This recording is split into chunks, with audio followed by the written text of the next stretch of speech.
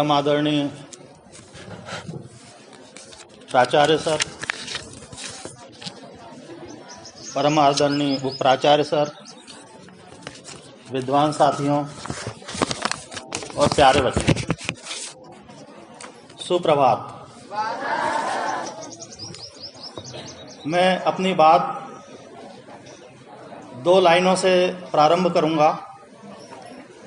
जो पानी से नहाते हैं वो लिबास बदलते हैं।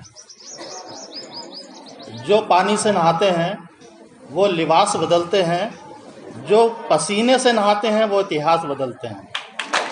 जो पसीने से नहाते हैं वो इतिहास बदलते हैं। आपने जितने भी वक्ता आए, आपने भीमराव अंबेडकर के जीवन परिचय के बारे में सुना।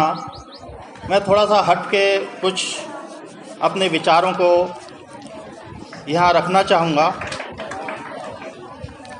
इनके पिता जो थे रामजी सकपाल,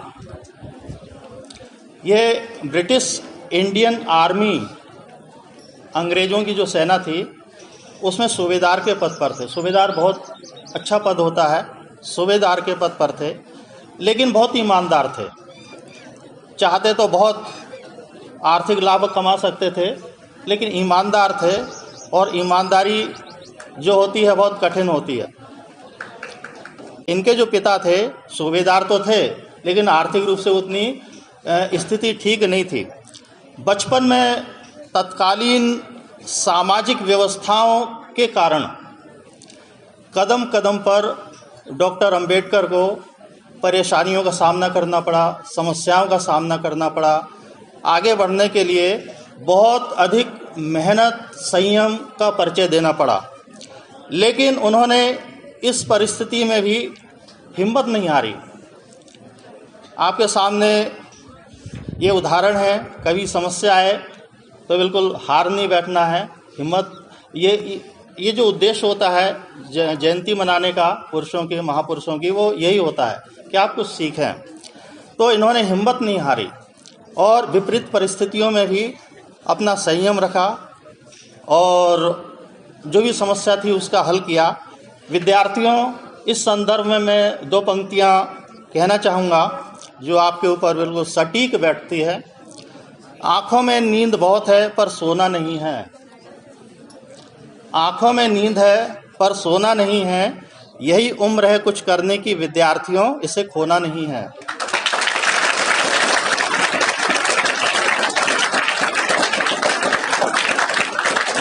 कहने का मतलब ये है कि सपने जो देखे जाते हैं वो खुली आंखों से देखे जाते हैं।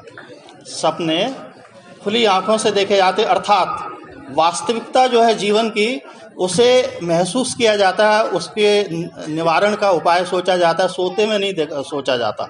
सोते में तो सपने सुखद होते हैं जिसमें कुछ करना नहीं होता। सोते सोते सपने देख रहे हैं, हम आकाश में उड़ रहे हैं, हवाई जहाज में उड़ रहे हैं, रसगुल्ले खा रहे हैं, कुछ भी कर रहे हैं, तो आराम लगता है, उसमें अच्छा लगता है। लेकिन खुली आंखों से देखा हुआ सपना, उसमें थोड़ी मेहनत लगती है उसको पूरा करने के लिए। तो यहाँ जो मैंने 2 लाइनें बोला उसका भाव यही था कि विपरीत परिस्थितियाँ हैं। वैसे आप देखो भीमराव अंबेडकर जो थे, उनकी कितनी विपरीत परिस्थितियाँ थी, पढ़ने में समस्या आ रही थी। लेकिन ऐसे तो आपको है नहीं, कोई समस्या है नहीं है आपको, तो क्यों नहीं पढ़ सकते आप। जब उन्होंने ये समझो कि उनके पास पैसा नहीं था पढ़ने को, तो बड़ौदा के नरेश जो थे उन्होंने वजीफा दिया। वजीफा मतलब छात्रवृत्ति, स्कॉलरशिप उन्होंने दी पढ़ने के लिए। और ये कहा कि आप जब भी पढ़ाई पूरी करके विदेश से आओगे तो आप सिविल सर्वेंट बनना। तो ये बात स्वीकार कर ली। कोलंबिया विश्वविद्यालय जो है, वहाँ प्रवेश करते हैं, वहाँ एक मूर्ति है जो है भीमराव अंबेडकर की, और उसके नीचे लिखा हुआ है द सिंबल ऑफ नॉलेज, ज्ञान का प्रतीक। अब आप समझो कि कोलंबिया विश्वविद्यालय ने इनके ज्ञान का लोहा माना। ये ऐसे ही कोई वो नहीं विदेशों में। और उस समय की स्थिति है जब दूसरे देशों में जाके इस तरह की महारत हासिल करना ये मामूली बात नहीं थी। खैर, आगे हम थोड़ा सा और बढ़ते हैं इनके जीवन के बारे में। अंबेडकर का विवाह जो है रामाबाई से हुआ था, और इस समय बच्चे की जब मृत्यु हुई तो उस समय इतने गरीब थे ये कि उनके पास कफन खरीदने को पैसा नहीं था। आप समझो, कफन खरीदने को पैसा नहीं था, लेकिन वो स्वाभिमानी थे। ऐसी स्थिति में भी मन विचलित नहीं हुआ उनका, और उन्होंने, इनकी जो पत्नी थी उनके साड़ी का एक पल्लू फाड़ा और अपने बेटे की जो अर्थी थी उस पर कफन डाला और ले गए। अब ऐसी स्थिति में कोई व्यक्ति हो तो विचलित हो जाए, लेकिन ये विचलित। अम्बेडकर का बचपन वैसे देखा जाए तो संघर्षपूर्ण बचपन था। सामाजिक कारणों से समस्याएं थी, अपमानित होना पड़ रहा था, लेकिन ऐसी परिस्थिति में भी कोई दूसरा व्यक्ति हो तो उसके मन में कटुता आ जाए, ठीक है ना, उसके मन में बदले की भावना आ जाए, ठीक है ना, विरोध की भावना आ जाए। लेकिन अम्बेडकर में ऐसा नहीं था। यही तो महानता कहलाती है, नहीं तो हर कोई महान बन जाए। अम्बेडकर में ऐसी कोई बदले की भावना नहीं रही बाद में, ठीक है ना, कटुता रही कि बचपन में मुझे ऐसा किया गया तो अब मैं बदला ले लूँ, ऐसा कुछ नहीं था। तो सामान्य रूप से व्यक्तियों के मन में ऐसा होता है, लेकिन ये ऐसे ही लोग महान बनते हैं जो इन विचारों के विपरीत जाते हैं। तो अम्बेडकर जैसे महापुरुषों से ये बात हमको सीखनी है। और यदि वो चाहते तो जब संविधान की रचना हो रही थी उसमें बहुत सी बातें वो लिख सकते थे जो उनके विरोधी समाज के विरुद्ध हो सकती थी। खैर, यही महापुरुष हैं। संविधान में ये लिखा हुआ है कि सभी धर्मों का सम्मान करना चाहिए, सभी जातियों का सम्मान करना चाहिए, ठीक है ना, दूसरे धर्म के लिए ऐसी बातें नहीं बोलना है जो ठेस पहुँचे। ये संविधान में लिखा हुआ है। धार्मिक स्वतंत्रता है, अपने अपने धर्म को मानने की स्वतंत्रता है। और इनके सहयोग के लिए 7 अन्य सदस्य भी थे जो विभिन्न क्षेत्रों के प्रकांड विद्वान थे। सबके सहयोग से मिलके ये संविधान की रचना हुई। क्योंकि प्रारूप समिति के अध्यक्ष थे तो इनका महत्व अधिक था। निश्चित रूप से मार्गदर्शक थे, जितने 7 सदस्य थे उनके मार्गदर्शक थे ये। और इस प्रकार से जो भी फाइनल बात होती थी संविधान में वो यहाँ लिखी जाती थी। तो इस प्रकार से जब संविधान पूरा हुआ तो भीमराव अंबेडकर ने कहा कि जो भारत का संविधान है बहुत लचीला है लेकिन मजबूत है। संविधान लचीला तो है लेकिन मजबूत है, और किसी भी परिस्थिति में, चाहे शांति हो चाहे युद्ध हो, भारतवर्ष को एक रखने का ये संविधान काम करेगा। और निश्चित रूप से ऐसा है। आप पाकिस्तान की स्थिति देख रहे हो, पाकिस्तान में सेना प्रभावशाली है। यदि प्रधानमंत्री उसकी बात को नहीं माने, संविधान पे चले, सेना नहीं चाहती, पाकिस्तानी हटा देती है। तो ये विचित्र संविधान पाकिस्तान के। अपन को गर्व होना चाहिए कि हमारा संविधान इस तरह का है कि कोई किसी का दखल नहीं। यहाँ तक कि राष्ट्रपति यदि गलत करेगा तो उसे भी दंड दिया जाएगा, उसे भी पद से हटाया जाएगा। इस तरह का संविधान देखने को नहीं मिलता बहुत से देशों में। मैं यदि विदेशों की बात पे चर्चा कर रहा हूँ तो अब 1789 की फ्रांस की क्रांति पे भी चर्चा करूँगा मैं। वहाँ जब 1789 की क्रांति हुई राजा के विरुद्ध, तो महिलाओं ने भी साथ दिया। पुरुषों से कंधा मिला के महिलाओं ने साथ दिया। क्यों? कि वो भी चाहती थी कि हमें देश जब स्वतंत्र हो, ठीक है ना, जब संविधान लिखा जाए तो हमें भी अधिकार मिले। लेकिन जब राजा पद से हटा दिया गया, संविधान लिखा गया नया, तो महिलाओं को कोई अधिकार नहीं दिए गए संविधान में।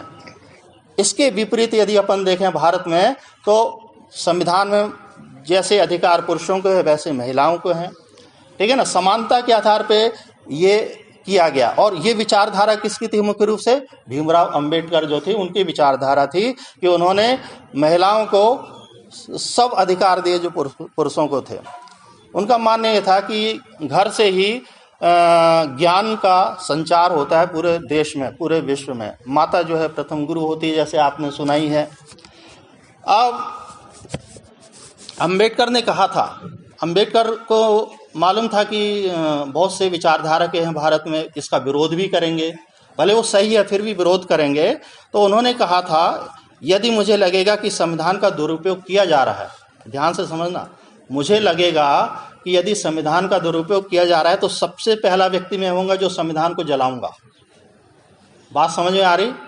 कि सबसे पहला व्यक्ति मैं होऊंगा जो संविधान को जलाऊंगा जब मुझे लगे कि संविधान का दुरुपयोग किया जा रहा है। तो ये बहुत बड़ी बात थी। वही निर्माता थे, वही इस संविधान को रचने में बहुत बड़ा योगदान था, फिर भी उन्होंने ऐसी बात की।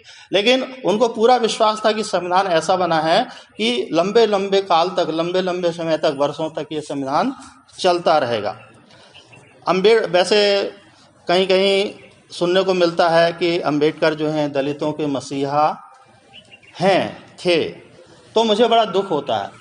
अंबेडकर को ये बोल के कि दलितों के मसीहा हैं, उनको एक सीमित दायरे में बांध दिया जाता है, उनको आगे बढ़ने नहीं दिया जा रहा। सीमित दायरे में दलितों के मसीहा हैं, ऐसा नहीं, पूरे विश्व के ऐसे लोगों के मसीहा थे जिनके ऊपर अत्याचार हो रहा था, दबे कुचले लोग थे, ठीक है ना। तो ऐसे लोगों ने, भले भारत के हों चाहे विश्व के हैं, उन्होंने अपना प्रेरणा स्रोत माना अंबेडकर को कि हमारे प्रेरणा स्रोत हैं। वो केवल भारत के ही लोग नहीं थे, विदेश के भी लोग थे, इसलिए विदेशों में भी चर्चा की जाती। जैसे वक्ता ने बताया, भगत सिंह को देख लो, अधिक उम्र नहीं थी उनकी, खुदीराम बोस को देख लो, अधिक उम्र नहीं थी, लेकिन आज वो जाने जाते हैं कम उम्र में मृत्यु के बाद भी।